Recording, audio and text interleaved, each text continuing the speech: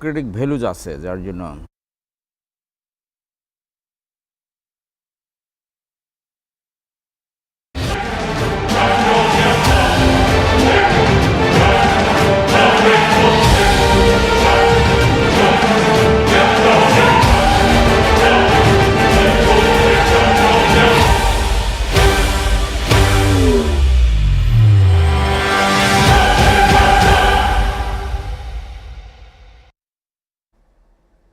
Ladies and gentlemen, welcome to International Affairs. This is being broadcasted from the Dhaka's Gulshan studio. Of course, my name is Shamsul Alam Pantho. Very interesting turn of events are taking place.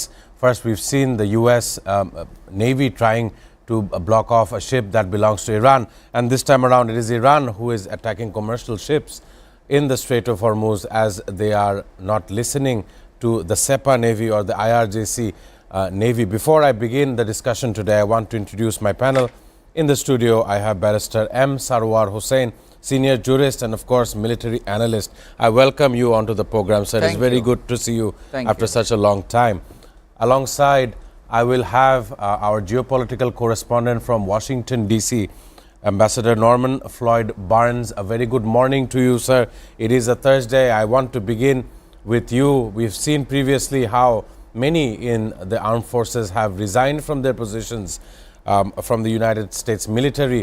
And not only so, yesterday we have seen the Secretary of the Navy, John C. Fallon, also resigning. I want to get an understanding of the updates from Washington, D.C. Norman, how are you feeling today? Well, it's still early in the morning here, Washington, D.C., 4 a.m. And yes, we have another shake up the cabinet. The Secretary of the Navy has been relieved of his duties in light of conflict with the Trump administration. And apparently the conflict is geared around shipbuilding and the philosophies behind that. So there's been conflicts with personalities, and it comes at a very strange time right now as we have a naval blockade going on off the coast of Iran, the Strait area. The Secretary of the Navy has now been relieved. So again, we have more turmoil going on in the office regarding philosophies and the Trump administration. And once again, we have another replacement coming. And it appears that the people are not happy with the performance of this new secretary, of the former secretary, in regards to his action and beliefs regarding moving forward of the military, particularly in this case, shipbuilding of the Navy.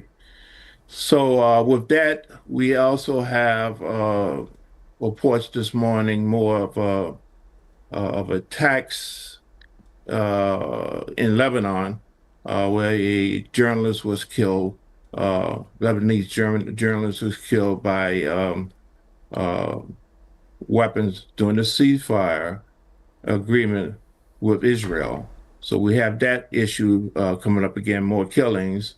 And at the same time, Virginia, the state of Virginia, politically, had a big win, the Democratic Party, in terms of getting new seats in Virginia, opposing the upcoming, to address the upcoming election this fall. So basically, Virginia has went from a 6-5 seats in the state to a 10-1 Democratic way, and that will have an effect on how Virginia gets additional seats and how the Democrats get additional seats for the upcoming election. So this is starting to unravel about how the shift in power is going to take place in November from the Republicans to the Democrats. So Virginia is just the start of it. I anticipate other states will have a similar type of vote to make adjustments to the seats to give their parties more, the Democratic parties more advantage with the Republicans. The president is not very happy about this. He said it was a uh, he used the word fake, but it was a fraud. He wants the Supreme Court to look into it, and this is something that very upsetting for him right now in terms of how the shifting of political power is starting to take place. Of course, very crucial and important updates coming from Norman Floyd Barnes. Of course, one cannot ignore the deaths that are taking place because of this Israeli aggression into southern Lebanon. As Norman was stating, a reporter and a cameraman were killed due to an Israeli airstrike in southern Lebanon. And of course, today they are set to meet in Washington for a second round of talk. This is, of course, there was a fragile 10-day ceasefire. Given the situation, sir, I wanted to ask you, what are the possible implications and where do you see this trend going? There is now no longer a timeline stipulated between the United States as well as Iran. Thank you very much for having me here, Mr. Norman Barnes. Thank you. As we are discussing that there is a ceasefire going on, extended ceasefire, and there should have been a second summit which has not taken place with the Iranian condition that the naval blockade must be removed fast. Right. That is their condition. So there are skirmishes going on and Iran is hitting the cargo ships as well.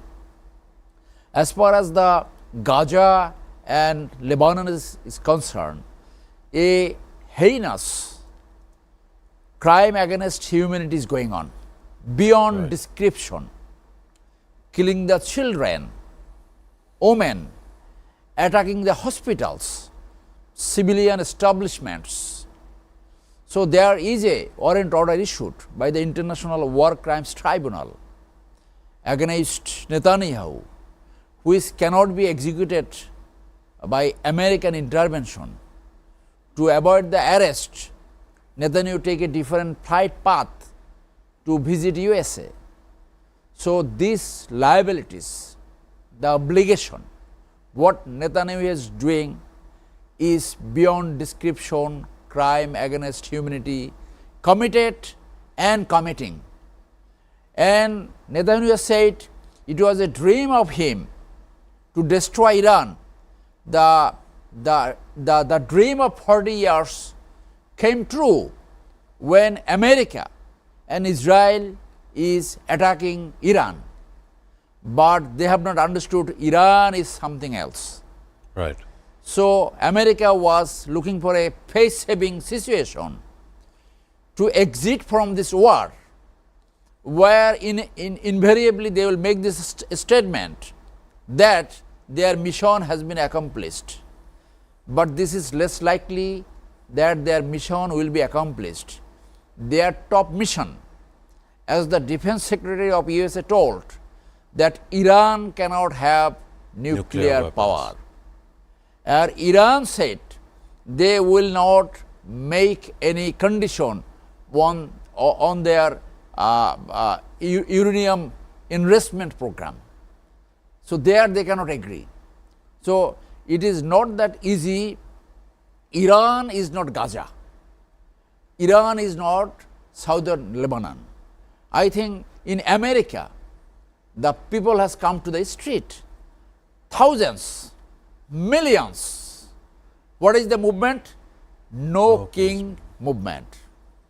Because this man, the question has come about his mental capacity. Trump is not a sound-minded person, and he behaves like a king, and not generally, and usually the American people has come to the street that they don't want to see a king. Right. So the movement has started. The internal pressure is building, and there are many other pressures. So I think the second round of peace talk for the ceasefire of southern Lebanon should be successful. Otherwise, the American people will definitely create pressure to stop the killing the innocents, and killing in a very disproportionate manner against 1 or 2 missile, they are destroying a civilization, they are destroying a city, they are destroying a village. This cannot be accepted. And the war on Iran has totally destabilized the whole world. It has risen the commodity price, the fuel price, and made unstable the whole life in Western Europe and America. So as usual, the pressure will build up. So we hope that America should not go for again aggression against Iran. That will further destabilize the whole world. So, Right. and as it is said that might initiate the Third World War, and many have said that if you attack with nuclear, so there will be retaliation. There will be retaliation, and in this war, many says that it is Russia who has really won. Now they can sell their oil anywhere they feel like. It is China who is helping Iran, and this Chinese policy, Chinese information, is helping Iran to hit the American targets. They have to start their consular services.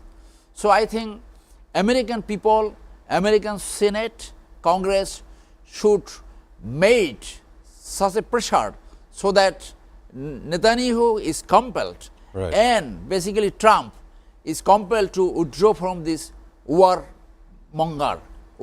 business. It is Netanyahu who has drawn America. It is said that Trump has become a stooge of Netanyahu, and Netanyahu, to save his politics internally, he likes to continue the war. America should actually brought Netanyahu to trial for this crime against humanity, because if these international bodies be functional, which has been created after World War II, the UN, the war crime tribunals, then for the actions of America, if these international bodies are becoming dysfunctional, the liability come on to the America. America will lose their face for the democracy, rule of law, justice, bringing the war criminals to the trial. So the American people has rightly realized, and they have come to the street. Right, very important and a broken down statement from Barrister M. Sarwar Hussain. Actually, it covers all the decision making of how the US position regarding Iran and regarding the Middle East. Of course, US President Donald Trump was looking for an off-ramp to some point, and of course that included Pakistan in its mediation efforts to bring Iran as well as US on the same table. However, this time around, Iran has stated that it shall not be joining in Islamabad, and of course at this moment at the helm of Pakistan, Donald Trump is leaving this ceasefire open without any time frame. Of course, there in the past we've seen US President Donald Trump, he has been the cornerstone for the No Kings protest, as well as deployment of ICE, immigration enforcement agencies from all 50 states. This is an important time for Americans to understand how their leader is reacting to the world, given that right now the Strait of Hormuz remains closed. Not only the US, but Iran is also attacking commercial ships. It has a huge implication if, or any days in the forward, if the Bab al-Mandeb Strait is now questioned, it will wreak havoc for economies worldwide. I want to have a different style of question to Norman.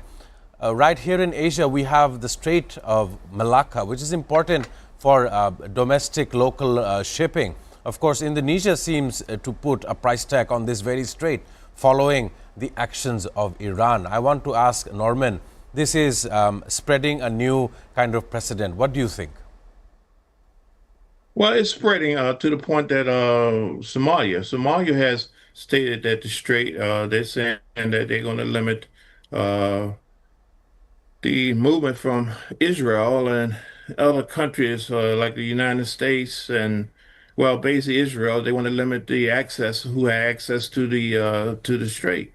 So we are now seeing that other people are now watching. Other countries are now watching. They're listening, and they're looking at see ways they can have a strategic impact on what's going on in the world.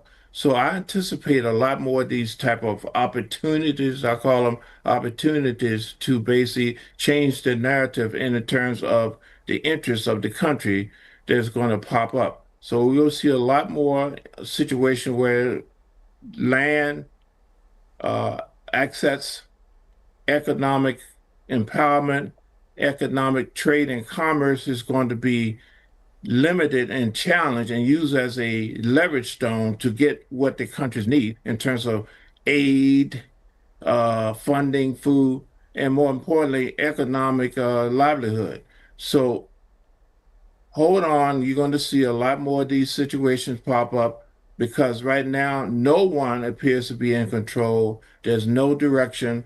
We are taking these stances, we have a ceasefire with no definite terms. We change options that goes on from 2 weeks, 1 week, whatever, limitations, we make threats. The country, the United States are making threats, but the threats are not followed through. They're move on, move on. So the appearance of word action is very questionable, and people are now going to start challenging that. And we're looking for a very rocky road coming up in terms of conflicts and actions because the appearance is that the superpowers are not that powerful and they do not follow through on threats.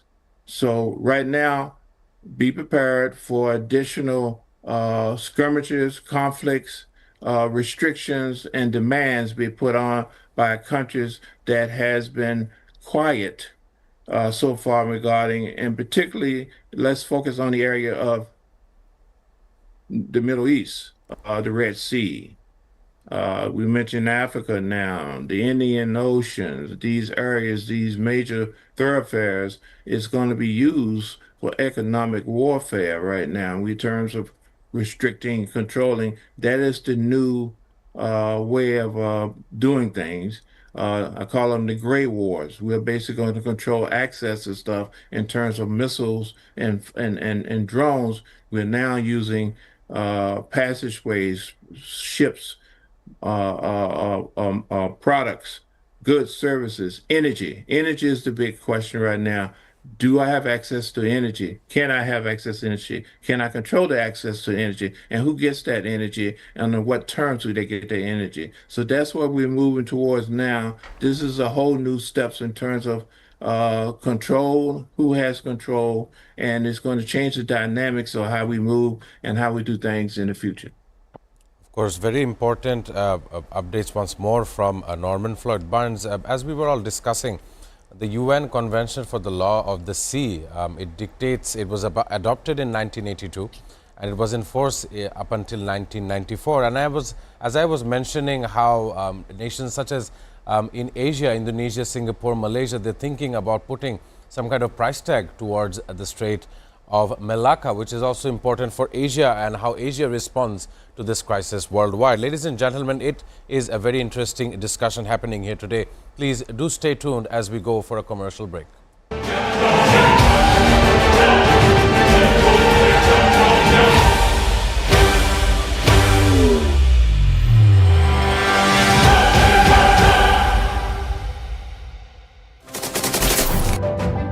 Hello and welcome to International Affairs, and my name is Shamsul Alam Panto. I don't see an easy resolution to this because every slight deviation from the plan, opening an open war conflict with them, testing nuclear missiles, Russia's announcement of these supposedly successful testing, special and exclusive footage that is being played on SATV's screen,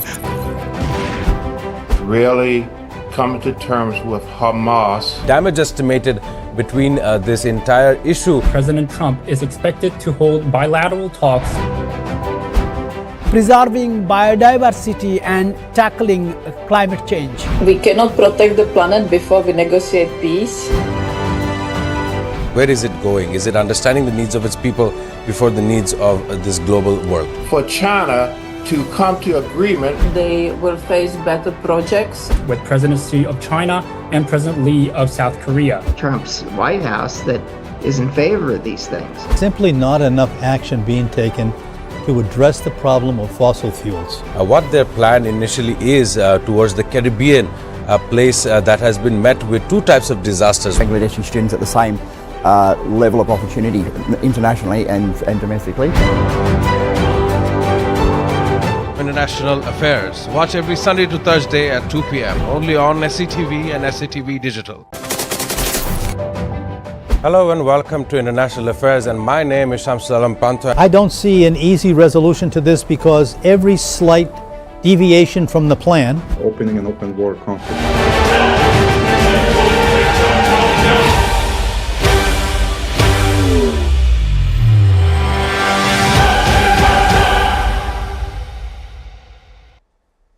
Welcoming our viewers back on International Affairs today. I am joined in the studio with Barrister M. Sarwar Hussain alongside Norman Floyd Barnes, joining us through Zoom from Washington, District of Columbia. Before the break, I was talking about how international waters are now changing the theory, changing how they will conduct shipping. And of course, it's still in discussion. I want to brief the news before I can ask the questions.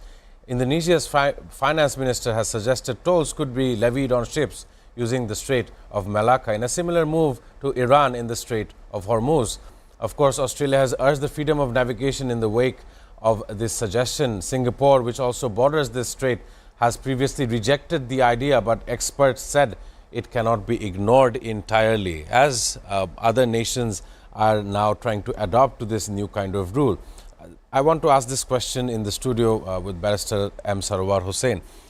The pattern is very scary to one extent. If there is a war ongoing in some part of the world, of course it has adverse effects elsewhere. Today, the entire world is struggling to see whether Russia and Ukraine will stop fighting. We are also seeing how Iran, US, and of course the involvement of Israel into Lebanon, all these small proxy wars are coming under one Middle Eastern tensions. And in Asia, we see how the Chinese claim to the island of Taiwan, and how Taiwan says that is they're seeing it otherwise. These are all fronts that can erupt at any moment. And given the structure of the fighting is now taken a naval route. So the naval blockade is very actively happening as US forces have directed 31 vessels to turn around or return to a port as a part of Washington's naval blockade. How do you predict the rest of this year happening? We still have so many more months left of 2026. Yeah, every country somehow or other is affected by these two wars. One is Russia-Ukraine. You know, when Russia-Ukraine has started, the Bangladeshi politician was making some clue that because of that war, the prices of oil shall raise here. So anywhere, war anywhere is affecting everywhere. So as far as the Malacca Strait is concerned, I don't think that they have still a legitimate ground to impose some levy on the shippings. Well, they can show that the price is higher. Malaysia, they produce fuel and oil as well.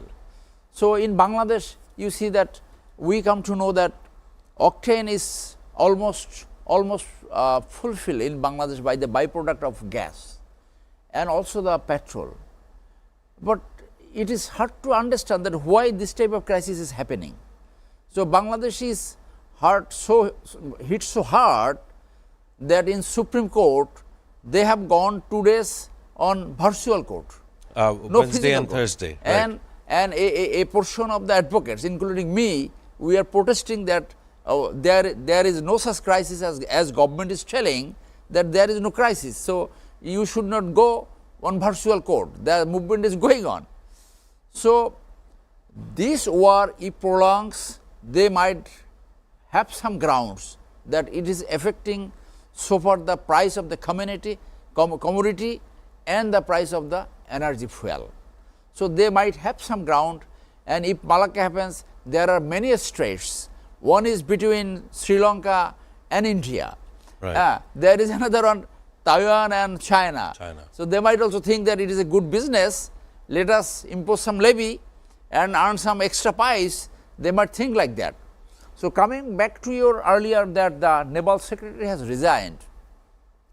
Previously, we know that US Chief of Army has resigned. Right. And internally, there are reports that they could not agree on this war. So, showing the personal grounds, they have resigned.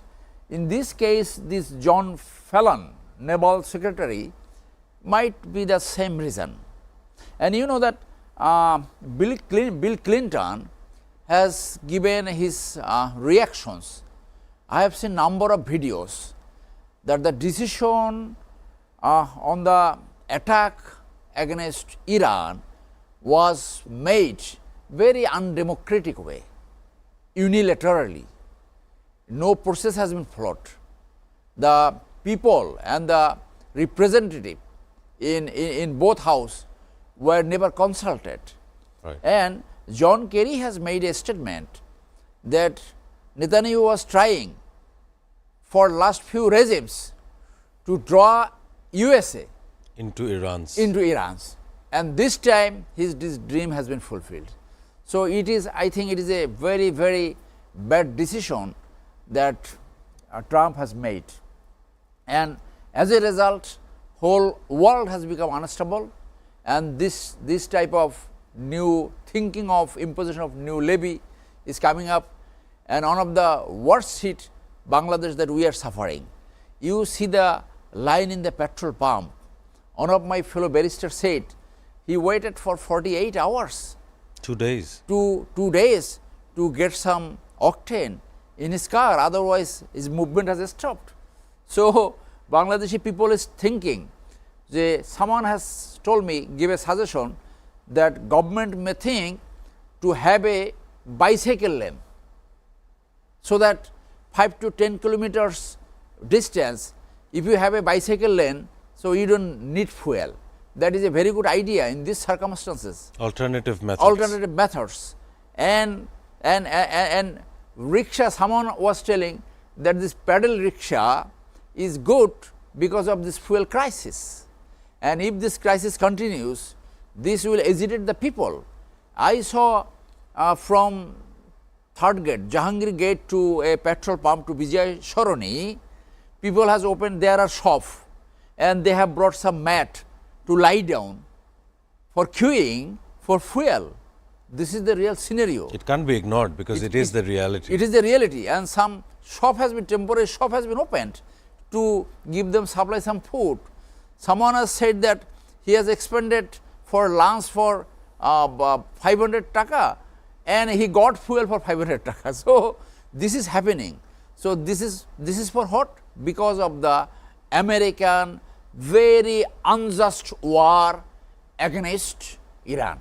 Right. And they have totally miscalculated that Iran is not Venezuela. Iran is not Hugo Chavez. You have captured Hugo Chavez and you said, as Russia said that they can reach Kiev in 24 hours, and you also think so, you also thought accordingly that Iran will fall, regime will be changed. The result is different. So stop now.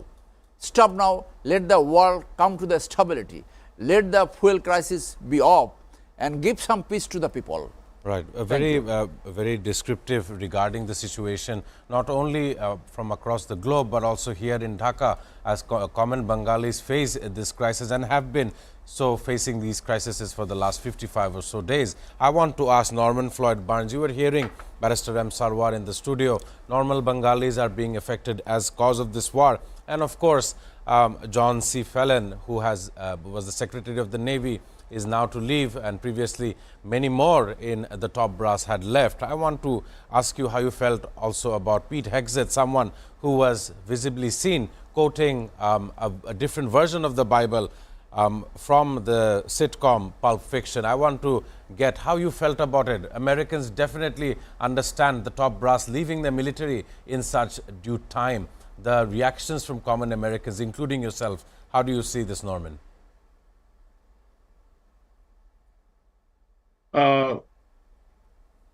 I really don't understand the question, but my feelings, I really don't respond to my feelings because I'm just observing exactly how things are happening. But the secretary has a job. He's directed by the president, and the president and its administration has a mission that they want to accomplish. Unfortunately, sometimes people don't see eye to eye exactly on exactly the mission. So what you're seeing right now is basically a reset. It's basically that the Trump administration has a mission they want to achieve. Unfortunately, people are not digesting it very well, and they are now basically responding by stepping down or being removed from the office. So this is typical. It goes on through every administration, changes, particularly midterm areas, there's a shift. But particularly in this situation, we have a global conflict, and we are now engaged in a multipolar response, and it's affecting trade and commerce globally. So right now, you're going to see more changes, more shifts, more replacement because the mission is still uh, America first. That is still the mission. And how they do that is questionable, but the mission has not changed and altered. The only thing that's going to change is the people and the staff who's implement this thing going on. So I don't anticipate a change in policy. There may be some shifting and movement, but the policy is still the same. And the point is the president and his administration will find people to do it. Uh, they're not going to change their policy. I can tell you that right now. It's going to be very difficult. The only things that could change is basically the election that comes up to change the seats, who controls the power of the money and the budget of the United States. So that may have an effect, but it will still be movement by the Trump administration on fulfilling this mission, both on the domestic side and the international front. So during this administration, I do not see many changes going to happen in terms of what's going on. Yes, there may be a new Congress come in. They may have different controls, but there will be issues going on until the end of this administration regards to how the United States position itself in dealing with other countries, dealing with trade, dealing with commerce. So let's not confuse things, not anticipate a major shift. I don't anticipate it's happening. I see now we have to move forward on how we adjust to the rest of the world and how the world adjusts to us as we're moving forward.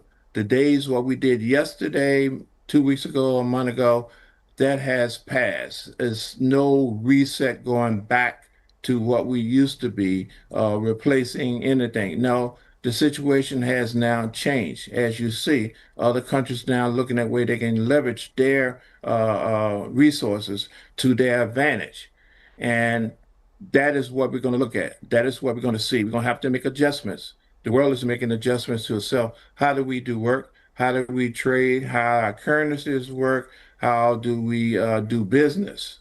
And that is not going to go back to anything. So let's talk about the future, what we see now, and how we're going to adjust to it, and what that's going to happen. So what you will see in the future is basically more of this type of adjustment to new way of doing business globally.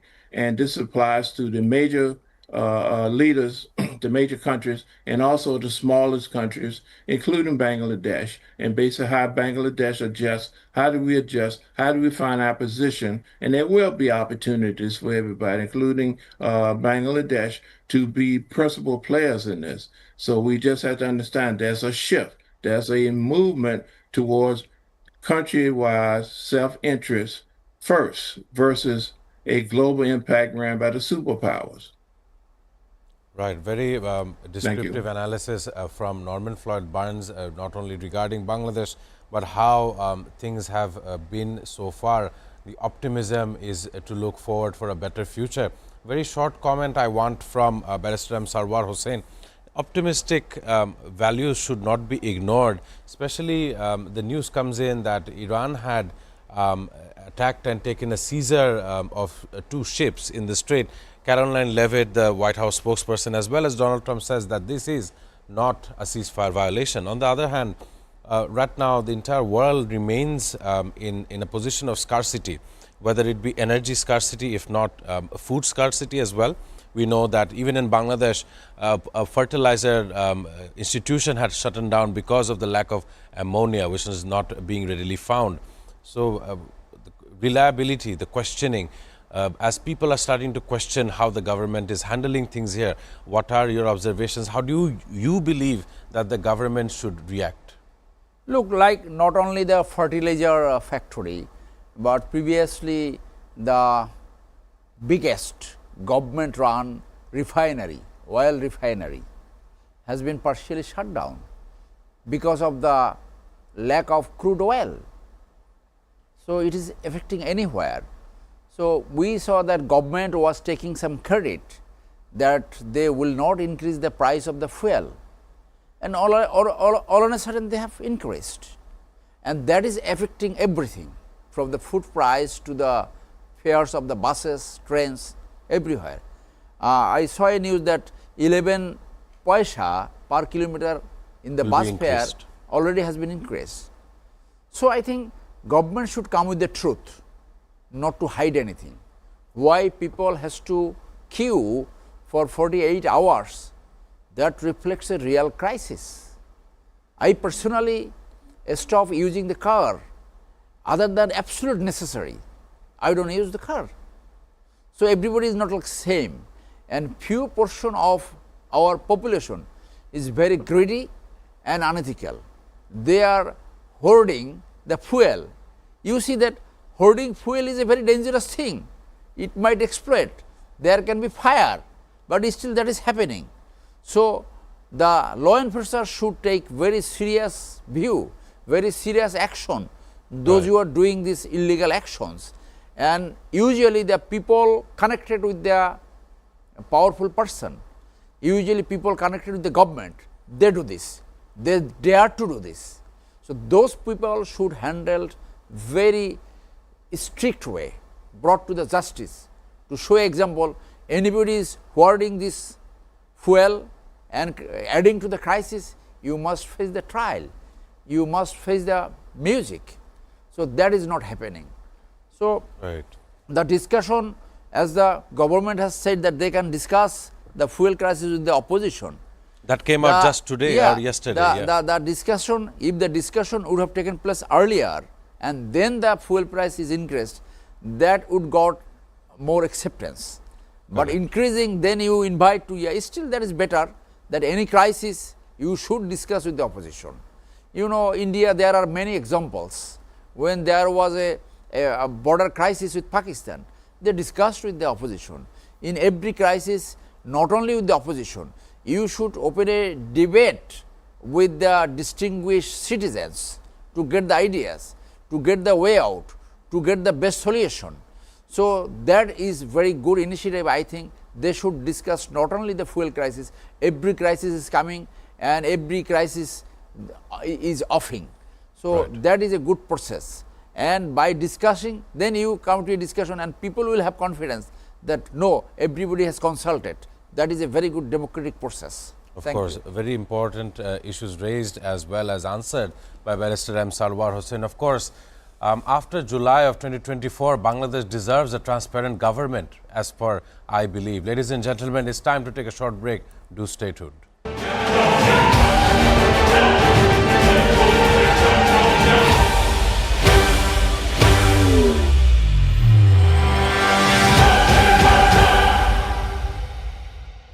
Plan. Opening an open war conflict with them. Testing nuclear missiles. Russia's announcement of these supposedly successful testing. Special and exclusive footage that is being played on SATV screen.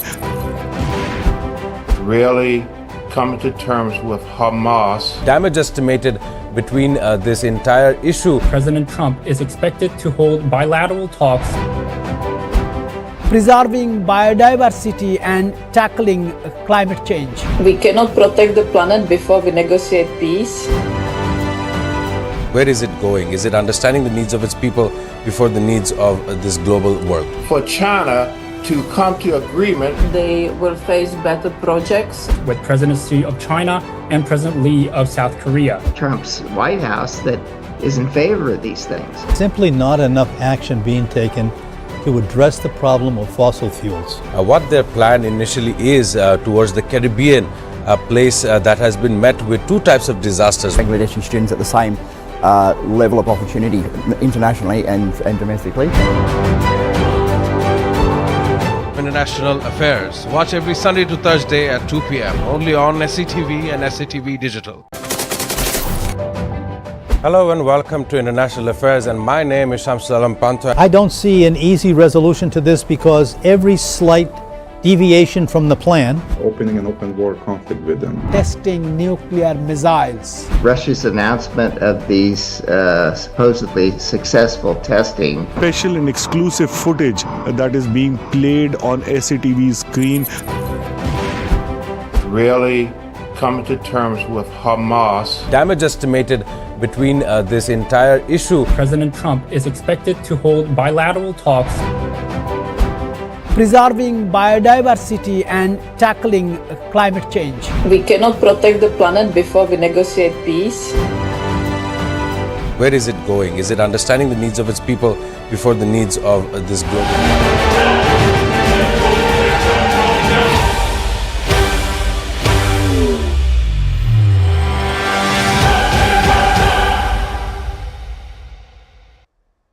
Welcoming back our viewers on to International Affairs. Of course, I was joined by Norman Floyd Barnes from Washington, D.C. I thank him for his contribution and his time over here on the show.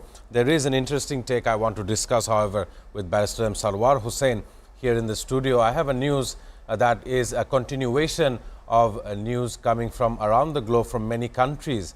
Turkey introduced new social media regulations today aimed at strengthening protections for children and young users online, joining the like countries such as Australia, France, Greece, Portugal in adopting similar measures. On the other hand, in the United Kingdom, the Parliament has passed the Tobacco and Vapes Bill, creating a landmark smoke-free generation law that bans tobacco sales to anyone born on or after January 1st, 2009. Of course, this kind of decision-making from leaders of Turkey and UK and all the nations combined is to preserve future generations. And that is the exact topic I want to be raising with Barrister M. Sarwar Hussain. Sir, you were hearing me regarding the facts, and you are a barrister who works with the law, who defends the law.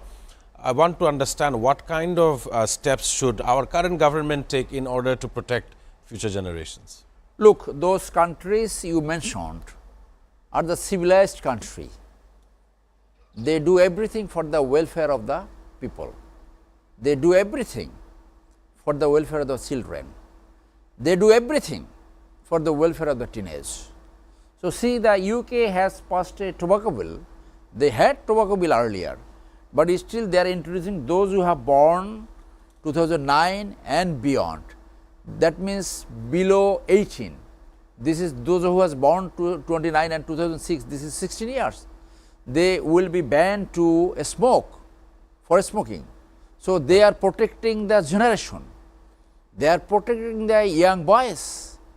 So, usual the social media regulations, those country, because the addiction, if the children are habituated with using the smartphone, that they become addicted. I face in my house, my two children, one is 8 and another is 10. We hiding the phones.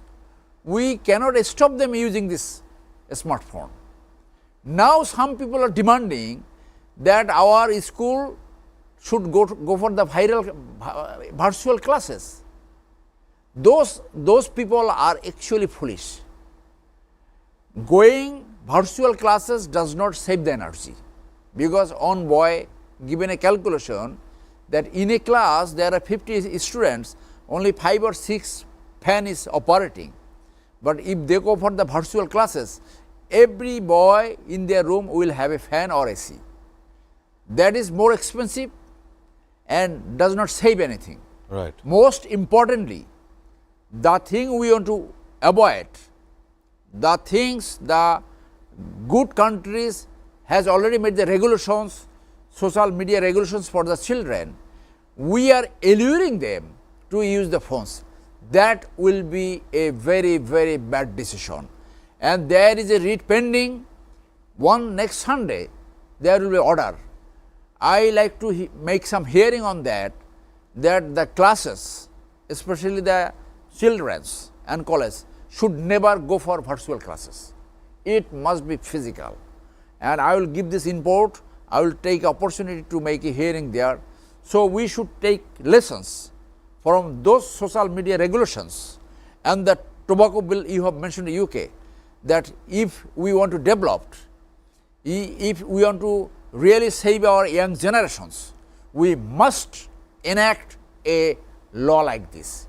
We must do something to save the young children from the young gangster, from narcotics, and from saving the young children not becoming addicted to the mobile phones. Right, very importantly said, and of course I believe that using this platform we will target and analyze problems with our society, problems with this global hierarchy. I must thank Barrister M. Sarwar Hossain for your time and your insights regarding various issues of international and local issues alike. I must also thank Norman for joining in on this program. Ending with the fact today is April the 23rd.